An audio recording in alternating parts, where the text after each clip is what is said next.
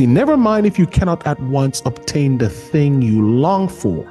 No matter how far away or impossible it may seem to you, just keep your mind, your purpose, fixed on it. There is a tremendous magnetic power in focusing the mind on the attainment of our object. So if we never waver, if we never lose faith in ourselves, ways which we did not dream of before will open up in a marvelous manner.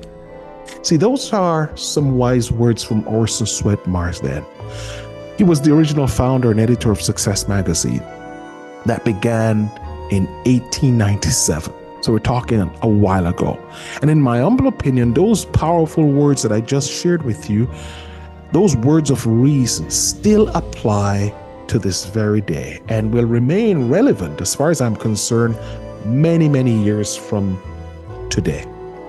So as suggested earlier, if you are not physically incarcerated, the question is still calling. What's stopping you?